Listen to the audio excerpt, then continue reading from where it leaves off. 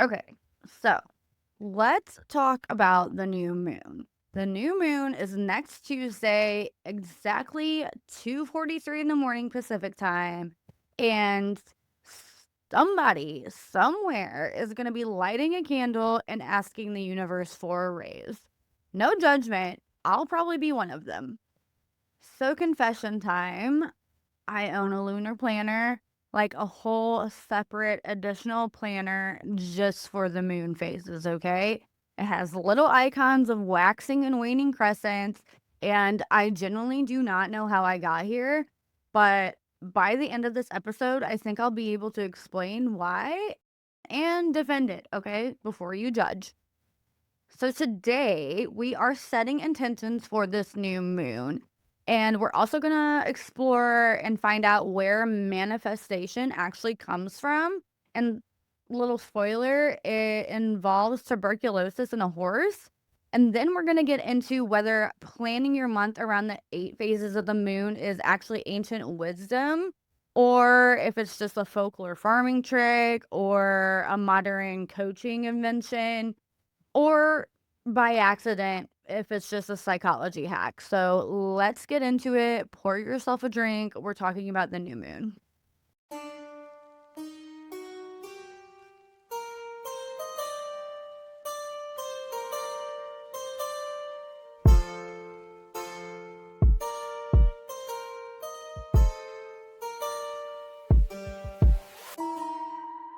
Hi, hello, welcome back. So, whether you're already awake for this new moon or you just clicked this because Lunar Planner sounded a little unhinged and you needed to know exactly what I was talking about, welcome. Either way, I'm glad you are here.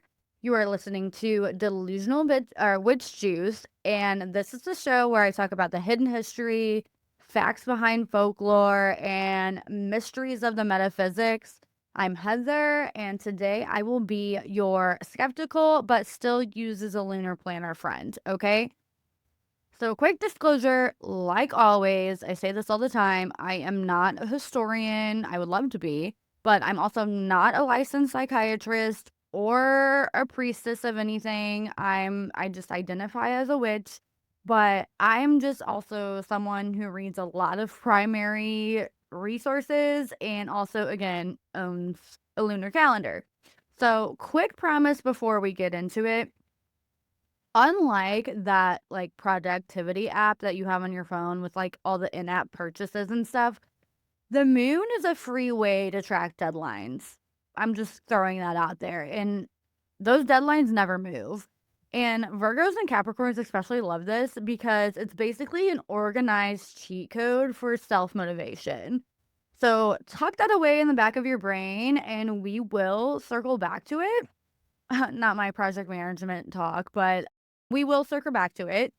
And one ground rule, another, I know all these rules, and one ground rule for the rest of this episode, I'm not here to tell you if any of this is real or fake.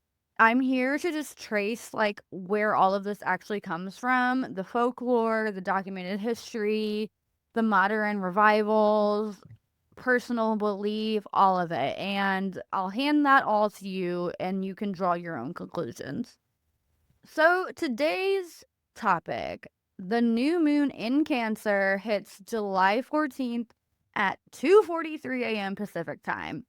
So if you've ever set an intention under the moon, under the new moon, no judgment. I've honestly done it with like a Trader Joe's candle before, but just saying this is your week. Set those intentions. But like why this moon and why now? So I'm going to sound like a textbook here for a second, but I just want to run down the quick basics.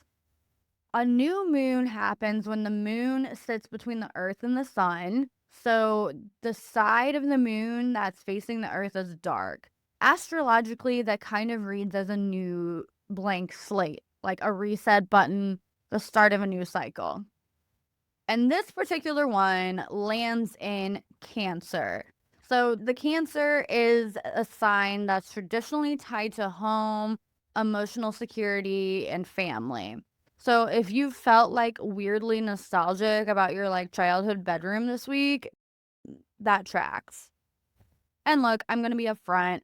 Whether a zodiac sign means anything astronomically is a whole separate rabbit hole and conversation we are not fully having today. I am not about to get into it, but what I can tell you is that a new moon basically equals a reset button.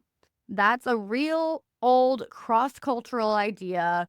Babylonian astronomers built literal calendars around new moon sightings, and Jewish tradition also marks new moons with Kodesh. Sorry if I mispronounce it. And then Celtic practice also used it for planning actual like planting schedules, like agriculturally. So I'm not making that up. This part's not made up. But what is more modern is the specific ritual that you've probably seen on your For You page. Like, light a candle, write an intention, tuck the paper under your pillow or in a jar, or burn it. That version is a 20th century Wiccan revival meets like wellness culture mashup. It's like not a direct line back to ancient Babylon, okay? So, like everything that I typically talk about, I find out that a lot of this stuff has real roots, but much younger branches. Also, it's July, and here in the Midwest in the USA, that means it's Hell's front porch, but we are officially halfway through 2026. So, forget New Year's resolutions. I honestly hate New Year's resolutions. This is the actual midpoint for a gut check, okay? And it's honestly better because nobody's hungover and everybody already knows exactly which resolutions they gave up on in February. Okay, so real story. Two about 2 new moons ago, I did the whole thing, the whole ritual, the candle, the journaling. I wrote down attract more calm into my life because me and my friends have been going out a lot and I kind of needed to reel it in. And after I had a tarot reading for what energy do I need to focus on, I got the Hermit card. So I just was like, great, next full moon, I'm going to ask for more calm in my life. So I folded up the paper like you're supposed to, held it over the flame to burn it. But I guess because I used just cheap notebook paper instead of like, I don't know, handmade parchment paper, it got real smoky. Like there were plumes of white smoke, okay? And it got smoky enough to set off my smoke detector at 11 p.m. on like a weeknight. My cat that was in the room literally fled the room, like jumped over my whole little altar setup. My husband was like yelling up the stairs, like, "Are you okay? What's going on? Are you doing witchy shit again?" And then my dog thought I was hurt, so he like started barking and was going crazy. So I was just sitting there like, so much for calm. I don't know if like the universe got the message, but the smoke detector definitely did. But anyway, I digress.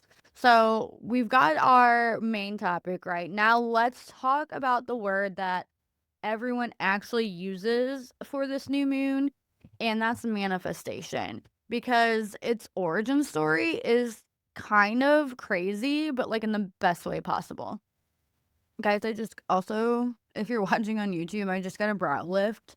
So if I seem like I'm not making any expressions, that's why, but I promise the story is crazy. Anyway, so manifestation. The word literally launched like thousands of vision boards and self-help books and Pinterest mood boards, but like what I want to know is where does it actually come from?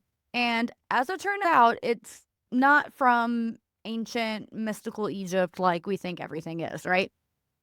So it actually comes from a 19th century guy named Phineas Quimby, which I honestly love that name, Phineas Quimby. But poor Phineas, he had tuberculosis, and this was the 19th century where, the 19th century medicine had no reliable treatment for tuberculosis whatsoever. And the treatment that he was getting was a mercury based drug. And, like, obviously now we know mercury is bad for you. but it was, like, quietly poisoning him the whole entire time, and it was bad enough that he actually lost all his teeth. Again, a whole 'nother rabbit hole for another time, but so he was bedridden, and he was assuming that the medicine would finish him off faster than the disease itself.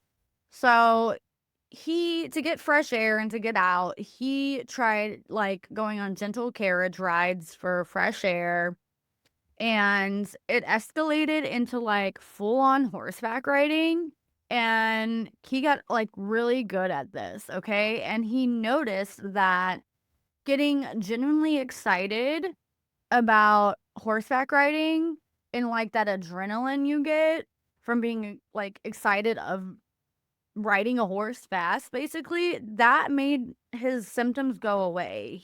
Like, it made him feel better for temporarily, and like any man from the 19th century, right? He took this one personal data point and built an entire philosophy on top of it. He was basically, like, using the logic that if excitement could override his body's symptoms, then maybe the mind could override matter and molecules, like, period. So, there you go, manifestation. He actually went on to study mesmerism and hypnosis adjacent animal magnetism movement, which again, I'll have to look more into. But he used those ideas to treat his own patients before it all turned into what became the New Thought movement. Okay. So I need you to like think about that for a second. The entire manifestation industrial complex, the vision board, the 369, Fetty Wap, the girl on TikTok literally telling you to like raise your vibration. This all traces back to one guy with tuberculosis and a horseback riding hobby, okay? That's the origin story. Put it on a plaque. So the actual phrase is law of attraction, and it gets credited to a writer named Princeton Mulford? Yeah, Mulford.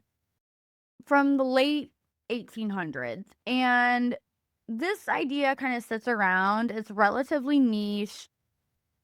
Not that many people are like into it or talk about it, but it hangs around for about 100 years until 2006. Mind you, I was a freshman in high school, but Rhonda Brine repackages the whole thing as The Secret, and subtly, it's like a global phenomenon. My dog's in the room. He's so cute. He's mad because I'm not paying attention to him. But anyway,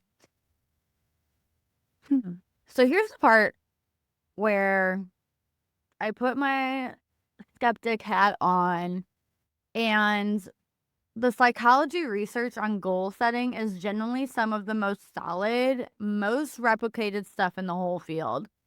Specifically, concrete goals reliably outperform vague ones. So rather than just being like, oh, I don't know, I want to do better with my finances, actually having a more specific goal is better than just saying that. Like, I want to save $1,500 by the end of this month. That's better. So, and if you write it down, if you write down that intention and take action towards it, that's backed by decades of data, basically. So, psychology is saying if you write down a specific intention and take action towards it, it's most likely to come true, or you'll be more motivated to take action towards it. But the whole like, is the universe rearranging molecules because I raise my vibration? That's the part with basically zero actual proof behind it. And a study in 2025 found something worth knowing, which is people who strongly believe in manifestation as a cosmic law felt more successful, but they also took bigger and like riskier financial swings. So I'm looking at you, people of Wall Street. But so the confidence boost is a real thing, and whether or not that's good for you depends on entirely what you do with it. Okay, but let's move on and talk about the actual reason I own a lunar planner. So there are actually 8 phases of the moon. This part isn't up for debate. It's just astronomy. Then there's, and I'm going to sound like a textbook, but there's the new moon, the waxing crescent, the first quarter, the waxing gibbous, the full moon, the waning gibbous, the last quarter, and the waning crescent. And you can fact check me. I memorized this. But that's a roughly a 29.5 day cycle. And waxing means growing towards the full moon, and waning means streaking back towards the new moon. That's it. That's the science. I'm not making this up. And a good way, and how I remember it is actually really funny. So in Missouri, in Springfield, Missouri, there's this like amusement park called Silver Dollar City. And there's like a candle waxing station where you can make your own candles from hand, basically. And you dip the wick into the wax, and you're basically building up wax until it makes a full candle. So that's how I remember waxing means like growing or building towards. And then how I remember waning is just the opposite. Waning is shrinking. So again, that's it. That's all there is to it. And here's where it gets interesting. Okay. So planning by the new moon is like, again, genuinely an old idea, just not for the reasons you think. So ancient Roman and Greek farmers planted and harvested by the lunar phases. And the general folk rule was you plant during a waxing moon and you harvest during a waning moon. And for whatever reason, this was specifically or like especially believed for root vegetables. So if you have potatoes sprouting in the back of your pantry right now, which I know we all do, apparently this is the moment to just go ahead and plant them. But it's agricultural folklore and it's been around for a long time. That's all I have to say about it.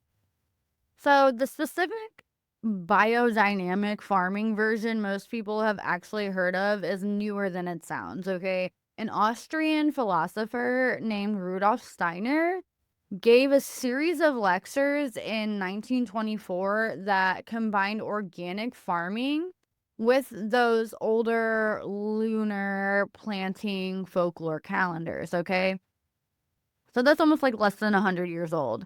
And me being a little bit skeptic, quickly, a small note, there's no solid scientific evidence that lunar phases like have any effect on crop yields. So, but like the folklore is real and old and cross cultural. That part isn't made up. If you're watching on YouTube, I hope you guys like my new little galaxy background. I thought it was more witchy, and yeah, I hope you like it. I hope I think it's better than just the plain white wall. But anyway, so when I was doing research, this is the part I found out something that like actually made me laugh out loud, and I find genuinely hilarious. So, roughly in the like last 10 to 15 years, wellness and like business coaches took that exact waxing and waning farming logic and just pointed it at a sales calendar instead of, like a farming field. So basically, it goes like this. So the new moon, fresh start, right? This is when you brainstorm. You don't act yet, you just come up with ideas. Then the waxing crescent comes around. That's the time to start building whatever you were brainstorming before. Then first quarter, that's when you push through the first obstacle, okay? This is when you apparently face challenges and you just push through them. Then the waxing gibbous is when you start to refine. You learn, those are lessons learned, right? You refine the product, the process, whatever. And then full moon is launch, sell, get that money, celebrate, okay? That's like the peak, right? Of the full moon is the peak. And then the waning gibbous says it's a time to say thank you. Basically, you're just appreciating the universe for giving you, or basically it's like abundance. It's like appreciating everything that you've worked so hard on. And then the last quarter, you let go of what wasn't working. So maybe that's old processes, maybe that's an employee that wasn't doing anything for the company. I don't know. And then a waning crescent, it's time to rest. It's time to chill. You did what you were supposed to, but then it starts all over again, right? Then the new moon, you're back to brainstorming. So, as someone in the project management field during my day to day job, that's a real coherent and honestly useful structure. It's also just like business coaching, like from the 2010s, just wearing like a very convincing ancient farmer costume. But both things can be true, right?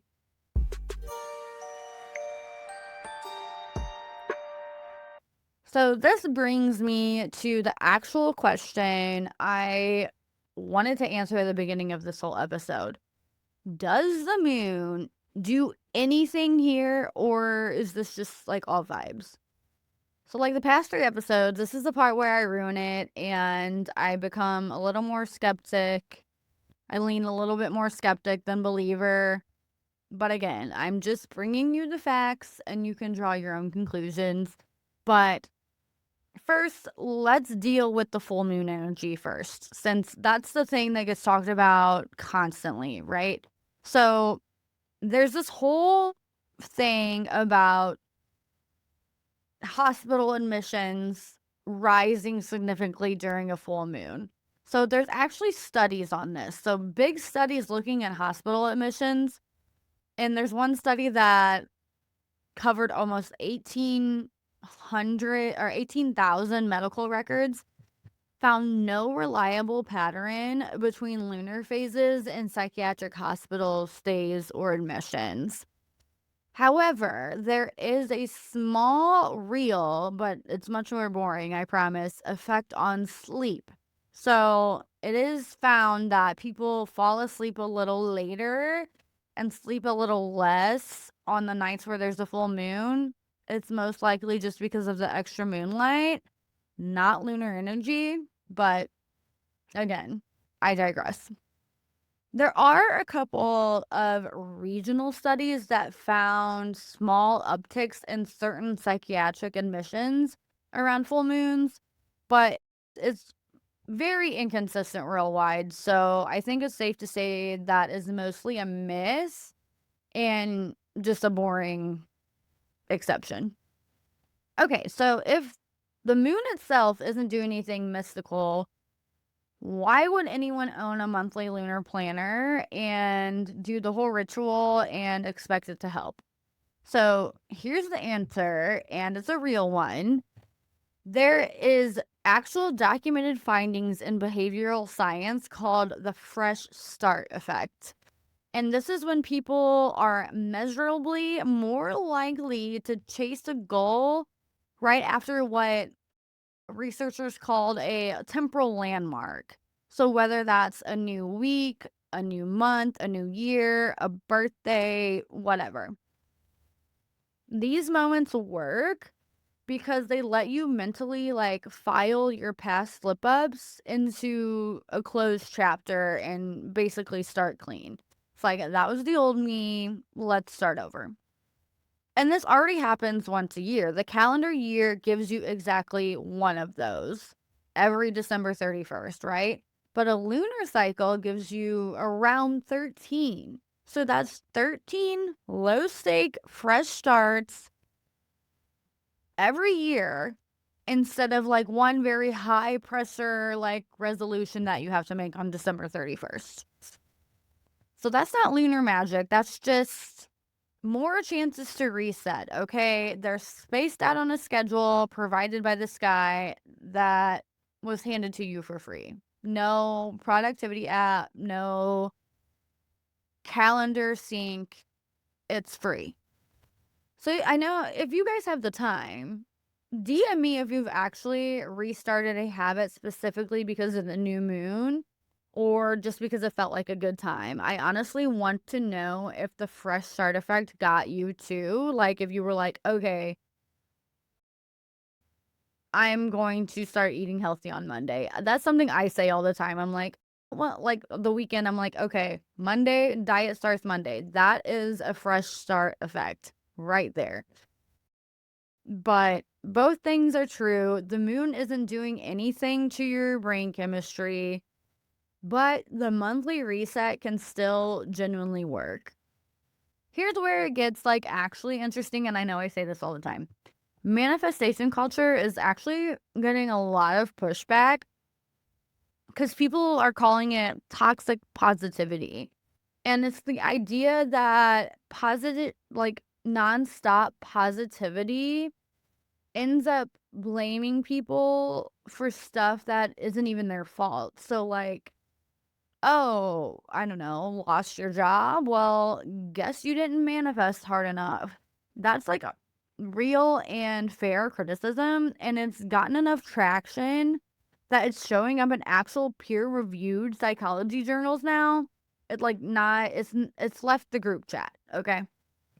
So here's where I'm landing with this whole thing. Intention setting, like the actual behavior of naming a goal and taking action towards it, has real backing, right?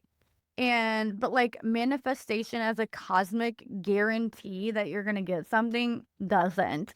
And the backlash to manifestation culture sometimes swings too far the other way into hope itself is delusional, which is kind of, I know, hypocritical of me because this is literally called delusional witch juice, but that's not fair either, right? You are still allowed to light the candle and know the candle isn't going to do any of the load-bearing work, right?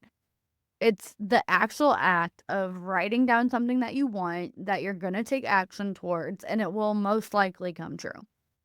So let's take a breather because I got real worked up there. But in the spirit of actually doing the thing instead of just like researching about it from a safe distance, here is my real intention for the new moon. It's like step one of my own accidental 8-phase plan that I didn't even know I was doing. And I'm a Scorpio, so I'm about to get real personal for you for no reason. I don't do this, all right? So listen up. So, real one, I like to spend money. Okay, and I blame my Leo rising, but honestly, that's a bit of a cop out. And normally that's fine. It's just a normal weekday, just a Tuesday, except right now, where I'm at in my personal life, like, we are actually trying to save up for like genuinely unglamorous adult stuff. Like, we need a new dryer, okay? And we also want to have enough cushion to feel okay about starting a family eventually because kids be expensive, right? And I have not been reeling it in the way I should. So, my actual intention for this new moon is to be better with money. Specifically, like we talked about before, specifically having something, anything at all, still sitting in my savings account at the end of the month. Instead of it just like watching hit zero every single time. And before anyone judges me, don't sit there and act like you've never pulled $100 out of your savings for a little treat because you accomplished a task, okay? We've all done it. I'm just going to do less. So that's mine. I want you to think about yours, like genuinely think about it. What intention do you want to set for this new moon? Be honest with yourself. So, after all this, I've come to find out, or I've come to realize actually, that the moon doesn't have a productivity system, but you do get a free deadline 13 times a year. And apparently, that's the most of what actually is going on here. The candle ritual is not required, but honestly, I do think it helps a little. So, I'm ending you with this. If you learned something, anything at all, send this episode to the one friend who actually does have a lunar calendar, but has never explained why or doesn't know why. Also, I'm asking you guys, if you don't have any intention that you can think of to set for this new moon, your intention should be to rate and follow and subscribe to this show, okay? Because it actually helps more than you think. You could also DM me what you think about this episode, any new topics. I will genuinely like read all of them and take it into consideration. And whether the fresh start effect has had, any effect on you or gotten to you, I want to know that too. So again, DM me. That's how I know you guys are paying attention and liking the show. You can find me at Delusional Witch Juice. I'm sorry. Delusional Witch Juice at Delusional Witch Juice on Instagram, TikTok, YouTube. I will link the show in the show notes and everything you need to know as well as the sources because I like to have my backup. But anyway, next week, which archetypes, I know I said that last week, but this is the episode I keep teasing and I am finally going to actually do. It's just that the new moon came a little sooner than I expected, so I had to push this topic up. But until then, stay curious, stay delusional, but a little skeptical, and good luck with your new moon intentions and candle situations. Bye.